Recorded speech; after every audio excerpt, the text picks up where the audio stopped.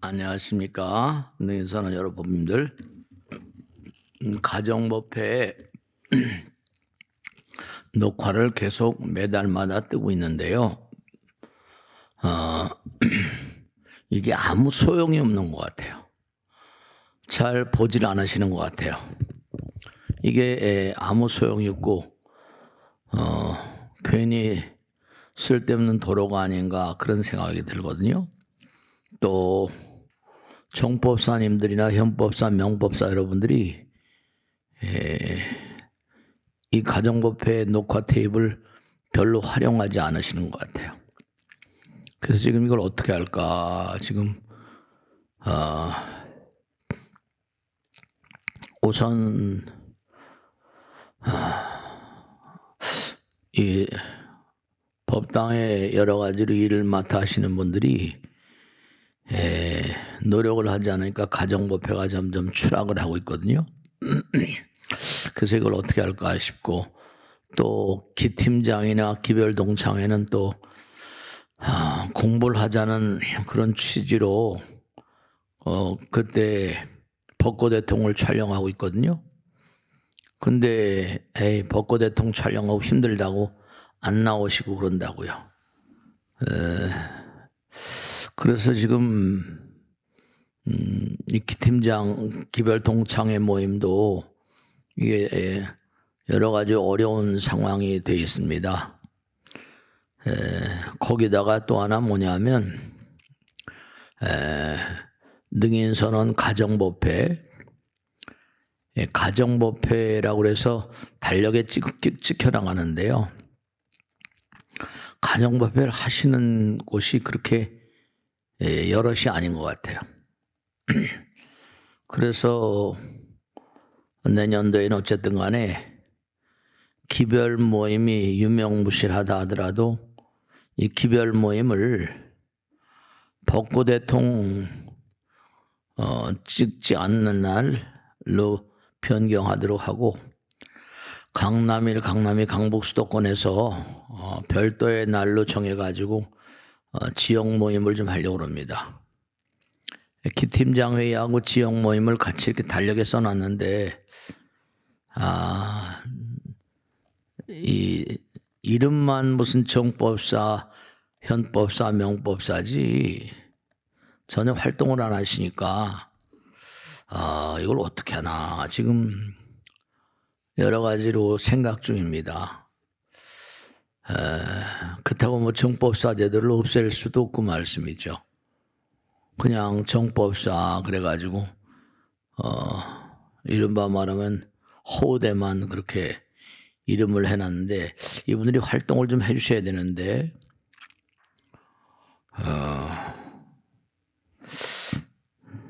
그래서 여러 가지로 안타까운 점들이 여럿 있습니다. 달력을 지금 달력을 이렇게 내년도 달력을 가져와 봤거든요. 그래서 1월 달 중에 화요일 날 공부가 끝난 다음에 오후라도 한번 그 화요일 날하고 금요일 날 모임을 새롭게 잡아볼까 이렇게 생각을 하고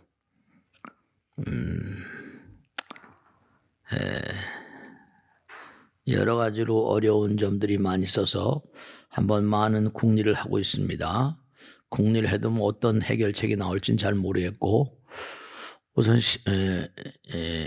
먼저 12월 달엔 어떤 행사가 있나 한번 들여다본 다음에 또 말씀을 나눌게요. 첫째로 뭐냐면 12월 달에는 12월 초하루가 그 일요일 날이네요. 일요일 날이고 12월 1일 날이에요. 그죠? 12월 1일 하고 11월 1일이 같이 가네요. 초하루 날이. 새맞이 소원성취 3제 소멸 49일고 신중도 입제 날이고 3일까지 베풀어지고요. 그 다음에 기팀장 회의는 4일 날 있고요. 태아령 천도 약사제일 약사일의 기도가 9일 날 있고 8일 날인데 이제 9일 날도 계속 하게 되겠죠. 그 다음에 태화령 천도제가 11일 날 있습니다. 약찬계 기도가 14일 날 있고요. 그 다음에 미타제일 기도가 15일 날 있네요. 16일 날 같이 베풀어질 것이고, 지장제일 날이 12월엔 18일 날 있네요. 동지기도가 21일이죠. 근데 철야기도가 20날서부터 20날 있네요. 그리고 관음제일이 24일 날. 그다음에 77기 중급반 종강이 26일, 초급반 종강이 27일 그렇게 됐네요. 초급반 졸업식이 28일 날. 그날도 다란이 108도 기도가 있고요. 그 다음에 이제 이번 달 12월엔 초하루가 31일 날도 초하루네요. 송년법회 날이기도 합니다. 그날. 그래서 이제 12월 달은 행사가 뭐 이것저것 초하루가 2번 겹치네요.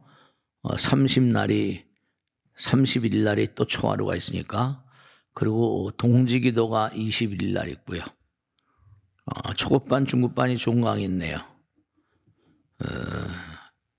지난번에 그래서 우리 명선양보살 77기 보살님들이 자기들은 좀 중급반이 종강을 하게 되면 더 공부를 하고 싶다. 그래서 이제 스타디 그룹 모임을 하겠다. 그래서 지금 구상 중에 있습니다. 그것도 뭐 나쁜 것 같지 않습니다. 그래서 다른 스님들 바쁘고 그러니까 또 어떨지 모르겠습니다만 하여간에 공부 계속 하겠다는 의지가 있는 분들은 계속 우리가 같이 가야 되니까요. 그렇게 되어 있습니다. 그래서 12월 달도 여러 가지 행사가 많죠. 근데 제가 꼭 하나 당부드리고 싶은 건 가끔 가다가 제1날은 나오시긴 하세요. 보살님들이. 그리고 뭐냐면 이렇게 보면 뭐 법당에 들어온 연말 정산 같은 거 있잖아요. 근데 보면 사람이 줄은 것 같지는 않습니다. 그냥 그 숫자인데 다만 가정법회가 활성화되지 못했다 이런 것 같아요. 그러다 보니까 기별 모임들은 뭐 그냥 옛날서부터 내려온 게 있는데 내년서부터는 기별 모임 날을 좀 다른 날로 좀 변경을 하도록 그렇게 하려고 합니다. 그리고 지역별 모임을 기별 모임과 같이 하지 않고 별도의 날로 지금 전하려고 이제 별도의 날로 정하려고 그래요. 강남 1의 날, 강남 2의 날, 또 아니면 강남 1, 강남 2의 날, 뭐 강북 수도권의 날이라서 한 달에 한 번이라도 한 달에 한 번이라도 한번 모였으면 좋겠어요. 그래서 날짜를 좀 달력에 박아넣을까 이렇게 생각 중입니다. 그래서 그 지역에 계신 분들 얼굴이라도 좀 뵙고 그랬으면 좋겠다는 생각이 듭니다. 그래서 지금 다음 4달 달력에는 아마 거기 들어가게 해야 되겠다 그런 생각을 하고 있습니다. 중요한 건 뭐냐면 우리가 삶을 살아가면서 여러분 어떻게 생각하세요? 이 광활한 우주가 부처님 나라잖아요. 이 우주는 법계입니다. 우주 법계. 모든 게 다 법 따라 전개되잖아요. 근데 우리가 세속에서도 뭔가 나라법을 지키지 않으면 징계를 당하잖아요. 재판을 받아서 여러 가지로 뭔가 벌칙을 주잖아요. 그런데 이 광활한 우주도 이 우주법이 부처님 나라의 법, 마음의 나라의 법이 현실 세계 법도 거기가 다 규율하는 거나 마찬가지입니다. 근데 우리가 사는 현실의 세계는 뭐냐면 시간과 공간이라는 게 있어서 매 순간 매 시간 뭐 매일같이 이게 전부 다 어떻게 되는 거 아니? 내가 하는 말과 색감과 행동을 제가 그렇게 말씀드리죠. 나와 남 사이에 이렇게 딱 X좌표를 하나 그리는 겁니다. 하나. 그 다음에 Y좌표를 그려요. 그럼 내가 남에게 뭔가 헌신하고 봉사하고 그런 것은 이제 저쪽에 넘어가잖아요. 그럼 이런 거는 플러스 점수. 내가 상대방을 생각하면 또 나를 생각하면 마이너스 점수가 되겠죠. 그러니까 Y좌표는 나와 남 사이에 나와 남을 가르는 거. 그럼 이제 이걸 갖다 다른 말로 하면 뭐 시간과 공간 이렇게 얘기를 할 수 있을까요? 시간축이 있고 여기는 이제 이른바 말하면 X좌표, Y좌표 그러지만 시간축과 공간축, 이른바 말하면 나와 나 사이, 그런 얘기면 너하고 나 사이엔 거리가 있어야잖아요. 그러니까 상대방과 나 사이에 이제 이렇게 마지노선을 그리고 내가 상대방 선행을 하면 플러스 점수가 나오는 거죠. 마이너스, 이른바 이기심을 바탕으로 하면 마이너스가 되잖아요. 그러니까 우리가 꼭 생각해야 할 게 뭐냐면 순간순간, 매순간, 매일매일, 매순간 내가 말하고 생각하고 행동할 때마다 그게 얼마나 이타심, 얼마나 내가 상대방을 생각하는 마음이 거기에 들어있는가. 마음이 들어있잖아요. 그러니까 시간과 공간의 세계는 바로 뭐냐면 매순간 내가 한 말과 생각과 행동이 계량이 될 수 있어요. 얼마나 착한지 그릇된지. 그러니까 우리가 본래 이 육신을 벗어내 던져버리면 전혀 시간과 공간을 떨어뜨려 버립니다. 왜냐하면 우리는 본래 부처님 말씀에 너희들의 마음 가운데 내가 있다고 그러셨거든요. 우리 마음은 부처님과 통하고 부처님과 하나입니다. 그래서 제가 항상 드리는 말씀이잖아요. 그죠? 부처님께서 우리에게 항상 하신 말씀은 너희들의 마음 가운데 내가 들어있다. 너희들의 마음 가운데 내가 있다. 그리고 중요한 건 뭐라? 내가 기도를 할 때 내가 하는 게 아니라 부처님밖에 모르잖아요. 부처님은 뭐라? 부처님은 아주 명확하고 진실한 어떤 그런 상황, 그 사실 가운데 하나는 부처님밖에 모릅니다. 하나니까요. 그러니까 내 마음 가운데 약사reb을 관세음보살, 지장보살 이렇게 부르는 마음은 그 마음이 부처님 마음이에요. 부처님 마음입니다. 그러니까 중요한 게 뭐냐면 너희들 마음 가운데 내가 있다고 그러니까 부처님은 이 우주를 주재하시잖아요.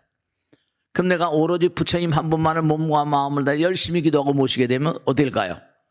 네, 그러면 하나는 전체이고 우주이기 때문에 부처님의 힘이 나에게 작용합니다. 열심히 생각하는, 염하는 것만으로도, 부처님 말씀이 염하는 것만으로도 정말 한도 끝도 없는 공덕이 된다는 게 그런 얘기거든요. 그러니까 우리가 이 세상을 살면서 부처님 말씀을 투철히 공부하고 영혼과 공의 세계에 대한 어떤 그런 공부를 투철히 한다면 그의 앞날이 찬연히 밝아올 수밖에 없죠. 그러니까 나와 남 사이의 말과 생각과 행동을 전부 다 계량하고 그게 기록에 남는 게 내가 상대방을 보고 또 말하고 이런 모든 것들이 얼마나 상대방을 복되게 하는가 아니면 나를 긍정적으로 생각하는가 이게 전부 다 그렇게 돼 있거든요. 그래서 내 마음이 순간순간마다 말과 생각과 행동이 묻어지니까 그게 점수로 나옵니다. 플러스 점수냐 마이너스 점수냐 이게 점수로 나와요. 그러면 내가 상대방을 생각하는 마음은 그만큼 뭐죠? 선행의 마음, 좋은 마음이잖아요. 그런 아름다운 마음의 경우는 제가 항상 드리는 말씀이죠. 부처님 나라는 뭐라? 병이 있어 없어요? 부처님 나라는 병이 없습니다.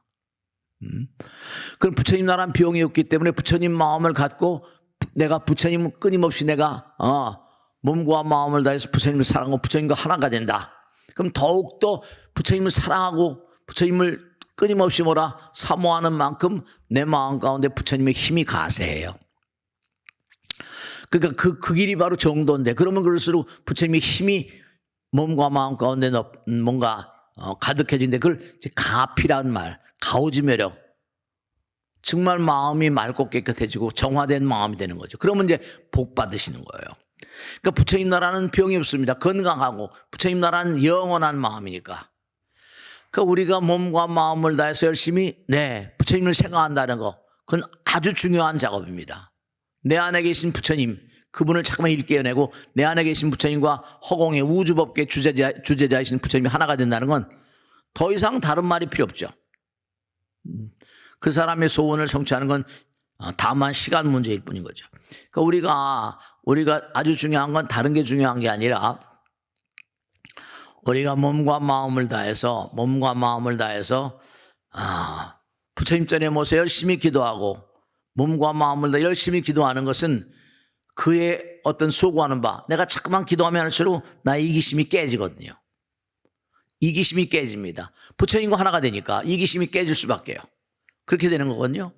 그렇게 되니까 우리가 삶을 도모하면서 정말